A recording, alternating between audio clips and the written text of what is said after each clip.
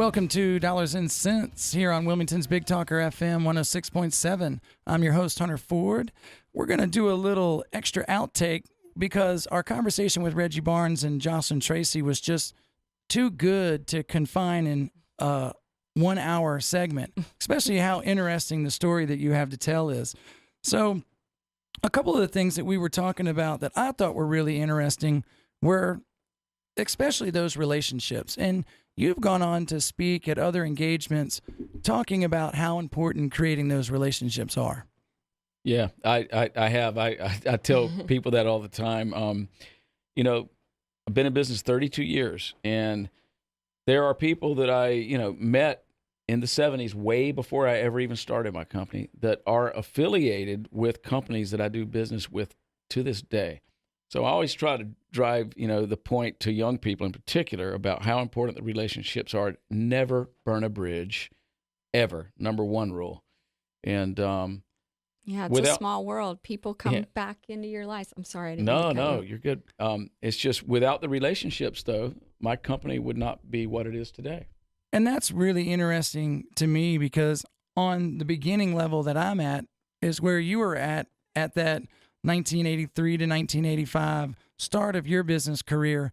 And you're working with a lot of those people that you had done business with and had been friends with during that period, especially during your skate career. That's right. Mm-hmm. Especially some of the bigger names and those bigger brands that you were able to get connected with. Yep. Mm-hmm. What's interesting to me is that you went the distributor route and they all went the brand route.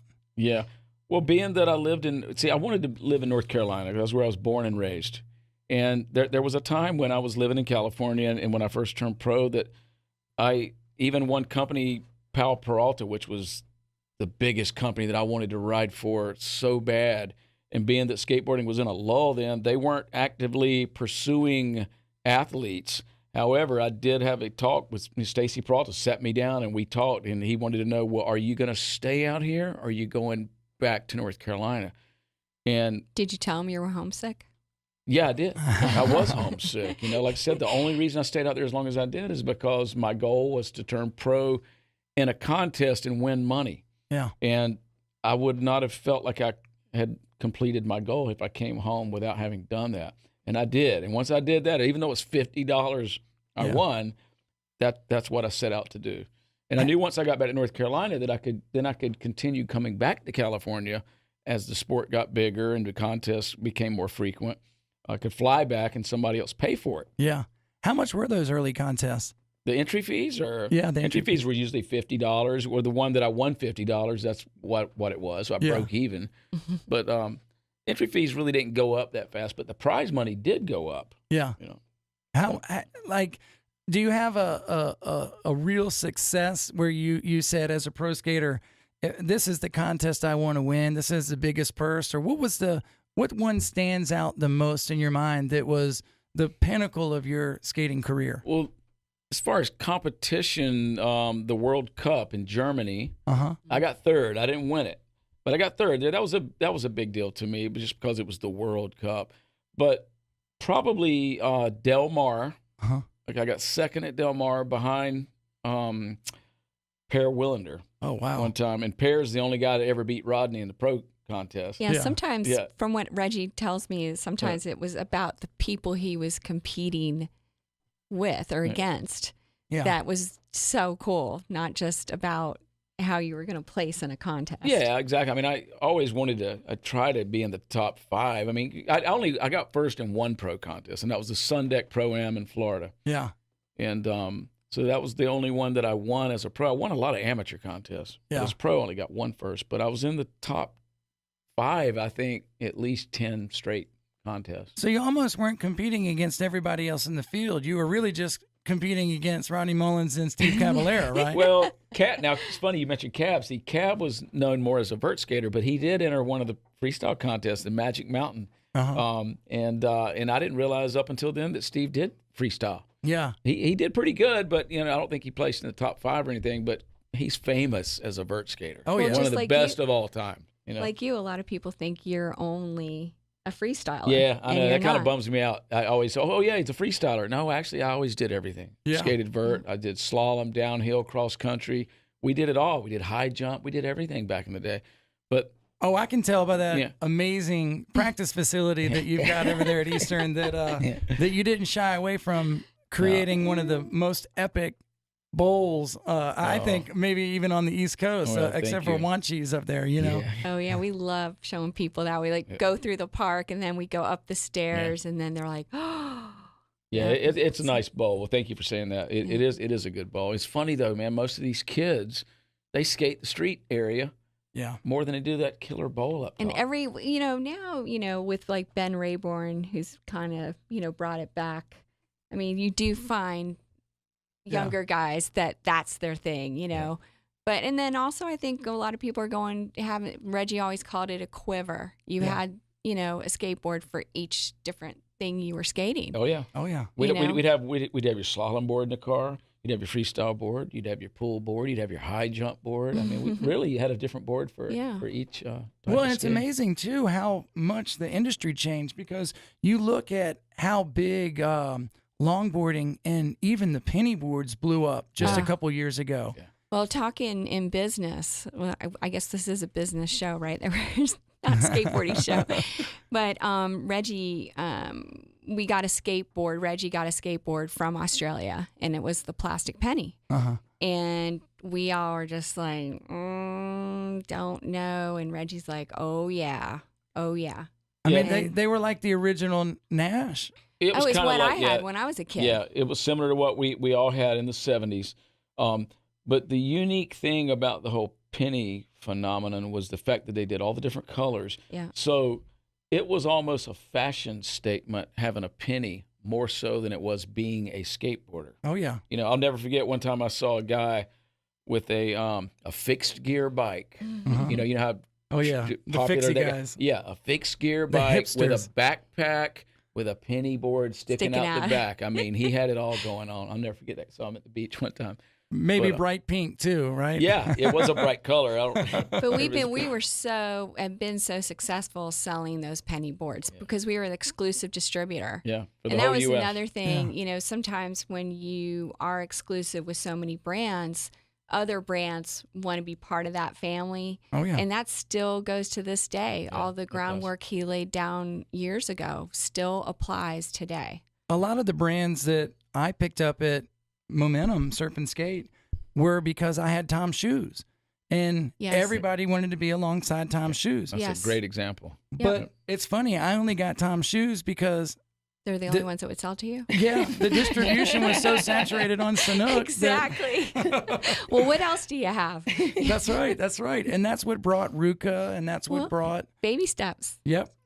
And Yep. that's what's so interesting about where you've gotten in business is, like you said at the beginning, it's all about relationships. It's all about those being a go-getter and going out there. I mean, you had a name from your career in skateboarding, but people trusted your business sense and your savviness in business, and they wanted to, just like being associated with Tom's Shoes or being associated with Penny, they wanted to be associated with Reggie Barnes and Eastern Well, Skateboard Supply. Thank you for saying that. Yeah. They also heard that we pay our bills on time too. Yeah, that helps. That didn't hurt. Oh, that, like every industry, the skateboarding industry is very small. Oh yeah. So, but that does get around it. Reggie's also a mentor to a lot of people when they're wanting to start their businesses in our industry.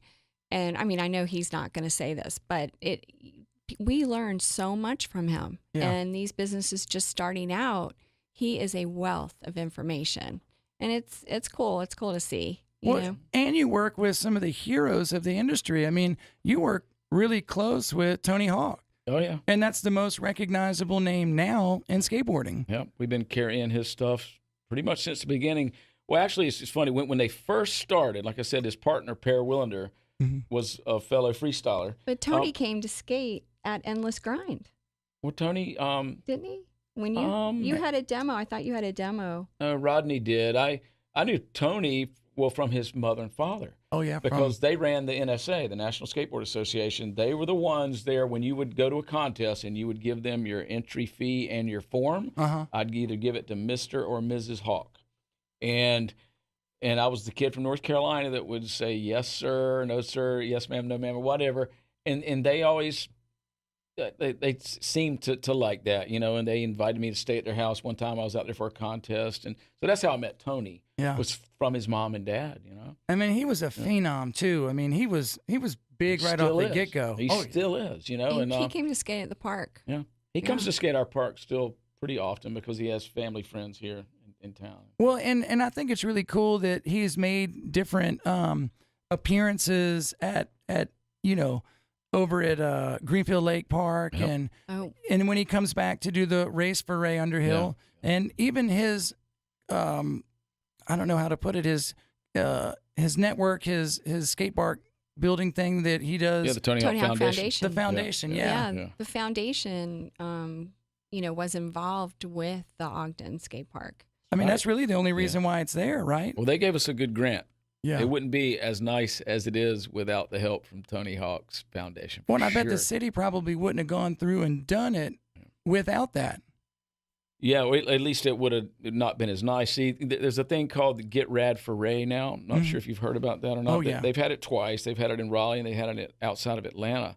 But I think Ogden is going to now be the new home for that event. So that's got a little bit to do with the story. Yeah. So Tony and those guys stepped up their normal amount they would have given to a park, particularly for that one, because this is where Ray lived, first of all.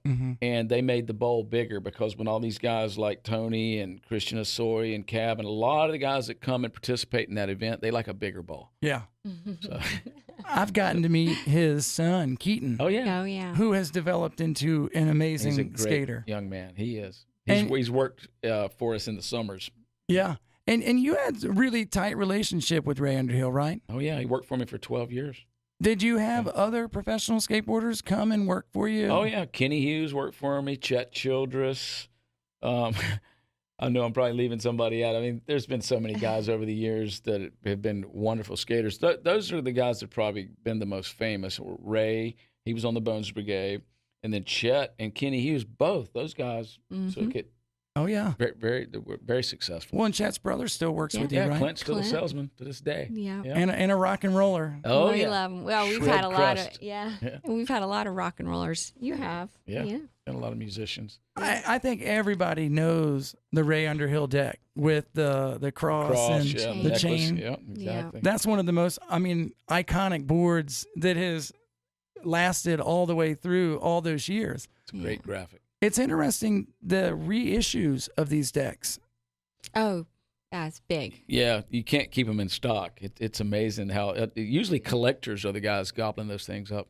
Yeah. And people mount them on the wall and don't even skate them. Yeah, that's right. They're wall hangers. Get them as a piece of art, basically. I get dads, like you had mentioned earlier. You had said, these skaters are growing up and now they've got kids. And, you're not just selling to the kids, you're selling to the adults as well. Yeah, and businessmen. I took one of those original 81 Caballera Bones Brigade, the orange one, and built it out with some bigger trucks and wheels, made it almost like a bar cruiser, if you will, so a dad could get on it and go skate with his kid. And, maybe he's got a suit and tie kind of job that he can't break an arm and get in and get gnarly like he used to, but he still wants to get out and skate, and he wants to skate the board that he remembers skating from when he was a kid. That's right. Yeah. And it's kind of cool to see where skateboarding's gone. Back when we started, there was no generation really before us. None of the parents had done it. So we were kind of like rebels. And, most parents didn't look at it as anything you could make a future in. Yeah. But nowadays, there's several generations. You got granddads skating with their son and their grandchildren. Everybody really gets to an age where you almost have to kind of bow out. And, it can't be so much about that. And one of the cool things that we touched on during the show was that Mr. Bruce Walker from Ocean Avenue had contacted you and said, I think it's time for me to hang up my spurs. And tell us a little bit about how that deal went down. How did how you ended up buying into your competition and keeping the namesake and kind of keeping things going the way that they always were. All right. Well, Bruce and I, even though we were competitors, we remained very good friends, and we still are to this day. But so we were competitors. We were both selling skateboards at wholesale on the East Coast, but it was a friendly competition, right? So if I didn't have something in stock, I would always, or my sales guys would always tell people, why don't you try Ocean Avenue down in Florida? They might have it. Yeah. You know? And they reciprocated the same thing, right? There were brands that Bruce didn't have down there, and they knew we had it, and they would just tell people, we can call Eastern, that they have it. So we had that kind of a relationship. And you guys would go to trade shows together. Well, we went on many, many surf trips together, too. Yeah. So we'd been all over the place together on surf trips. We've been to Indonesia together. We've been to Mexico. We've been in the Caribbean. So we were in a place called Rum Cay in the southern Bahamas, and we were on my boat down there. And believe it or not, there is some surf down there in that part of the Bahamas. I don't want to be too specific. But we never give up secret spots. No. So we were on the boat, and we talked about it, and we shook hands, made a deal down there. Never forget it. And now that wasn't the only competition that you bought. I mean, just a few years ago, didn't you buy another one of your competitors? South Shore Distribution in Houston, Texas. We bought them. And it was a little bit different with those guys. Yeah. They were kind of like arch rivals. Oh, wow. Yeah, I still considered them friends. We'd see each other at the trade shows. We'd always be cordial to one another. But it was a little bit more competition than it was the relationship between Ocean Avenue and Eastern. But, yeah, the opportunity – I actually reached out to the owner and asked him if he would be interested in selling. And in the beginning, he was like, absolutely not. Yeah. And then he thought about it a while. And we ended up making a deal. I'll never forget, I was driving back from the Outer Banks from the ESA championships on the phone with him. I pulled over because I was getting ready to lose phone service. Yeah. And we ended up striking a deal on the phone. Oh, wow. And he was concerned that, Reggie would shut it down. Yeah. And Reggie explained to him, why would I shut it down? If anybody, I'd be somebody that would want to grow it and keep it going because I'm still I had brands that he didn't have. Yeah. And I thought, well, the only way to grow that company over there would be to add brands that they don't have. Now, one thing I have to worry about is cannibalizing my own business here in North Carolina, right? Yeah. But it always goes back to the freight thing. The fact that freight has gone up like it has, and it is going to do nothing but continue to go up. It's not going to go backwards ever, right? Yeah. I knew that I needed a hub, an established hub in the center of the United States. So not only would I grow South Shore's customer base by adding brands, but I could start having orders shipped to existing Eastern customers from that warehouse. Yeah. So we've started doing that now. So that was my main game plan between the reason I went after that company. One of the easiest things for me as a customer of yours is how easy it is to purchase. And your website has continued to evolve over the 10 years that we've done business together. It really is easy for me to log on. It's almost like a customer that is going on somebody else's online store and picking out exactly what I need, hitting done.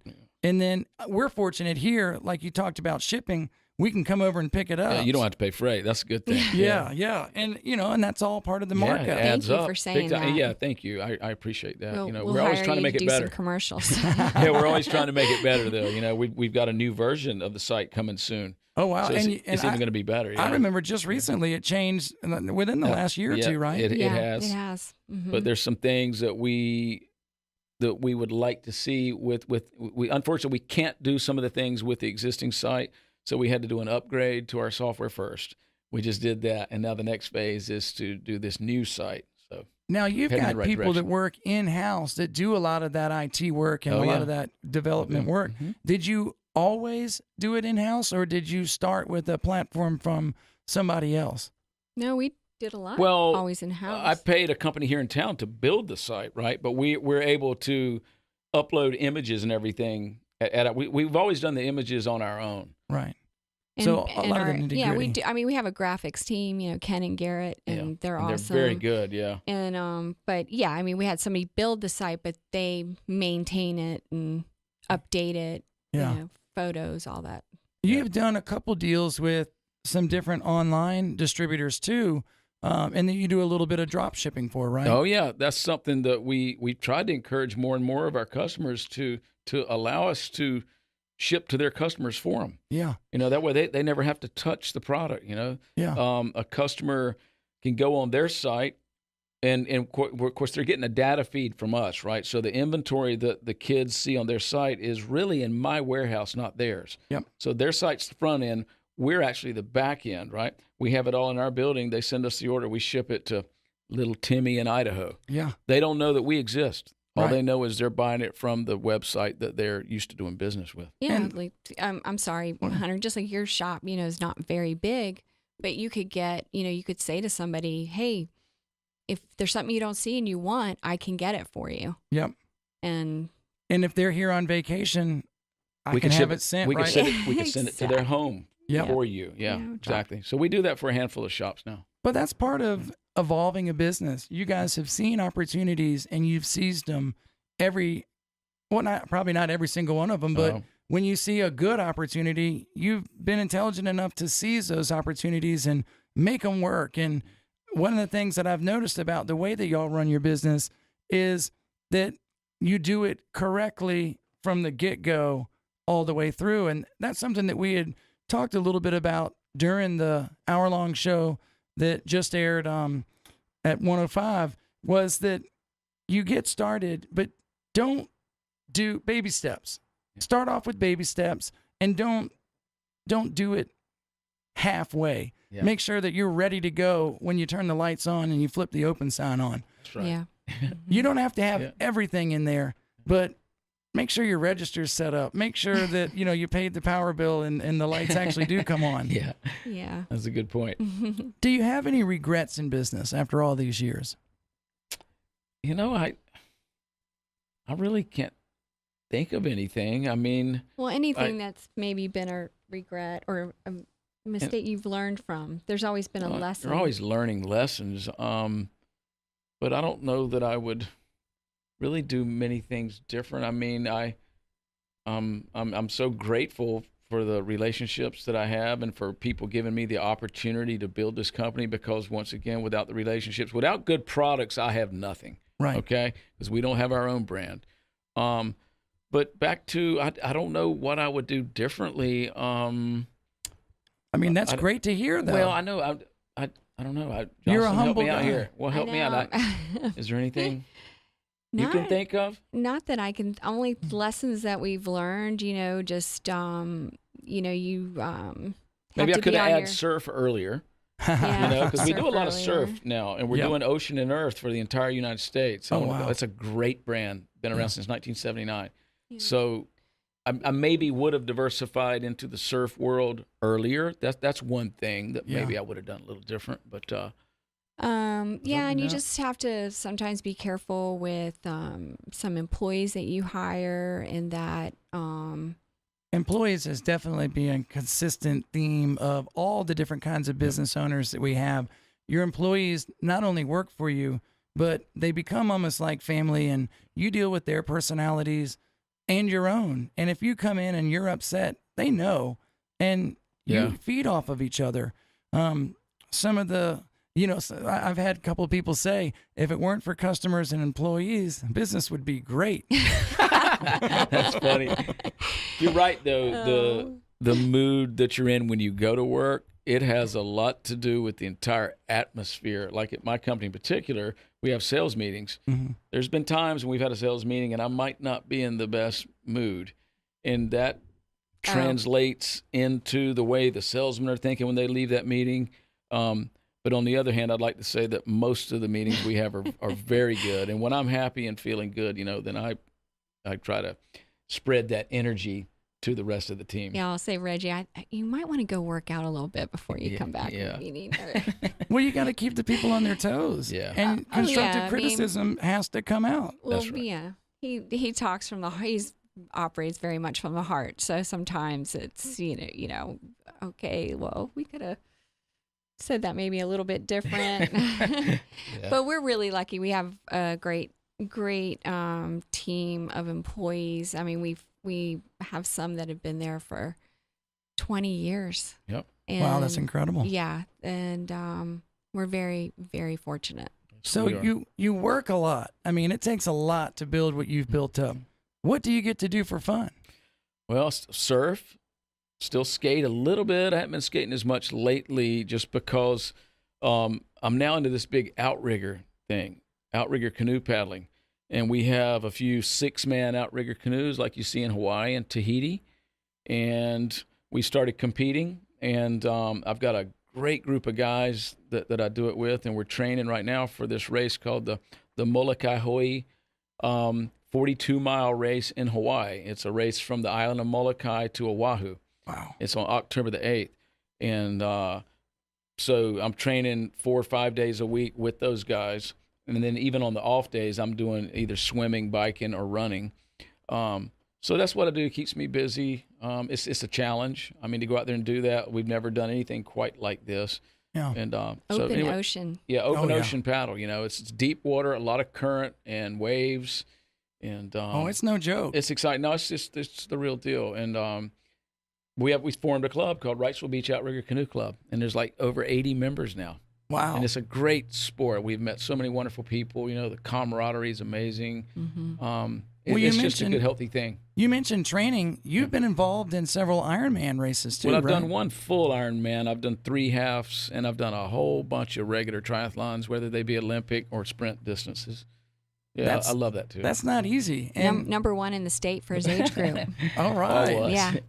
No, it takes a lot of work. It's just good for you, you know. I think I do better in business if I'm feeling good physically, and Yeah. staying fit's the best way to It is, man. Solid. do it. Have a great solid diet, get Yeah. good night's sleep, and Yeah. you know, and being fit is definitely the recipe for a good life, and it definitely transitions into your work, because if you're sluggish and you're just not on it and you're sleepy and tired all the time, then you're not going to be successful. So any other advice that you would like to give the listening audience about business? Just follow your dreams. You know, I love to see people work for themselves, start their own companies. You know, you can pretty much do whatever you put your mind to in this world, and there's so much opportunity out there for people. And you know, one thing I've always said is it's, you know, the hard making it is not necessarily the hardest part for me anyway. It's keeping it. Yeah, That's hard, because you have a lot of opportunities that come across your plate, and some of those could ruin you if you move too far too quick. Oh yeah. So I've always tried to. I'm actually very conservative, and That sounds like another one of those Reggieisms. it is. I mean, And that's It is. definitely a great Yeah. rule to live by and to die by. So Yeah. for your words. Well, thank you, Hunter. Well, thank you very much. And thanks for helping complete another little section and keep this story going. It was definitely too much to contain in a 1-hour show. And I think that this was a little bit more fun, you know, having a little we bit of enjoyed open. Thank you. Thank Yeah, you. thank you for having us. Appreciate the opportunity. Thank you guys so much for being here. You're welcome. Reggie Barnes and Jocelyn Tracy on Wilmington's Big Talker FM, Dollars and Cents, 106.7.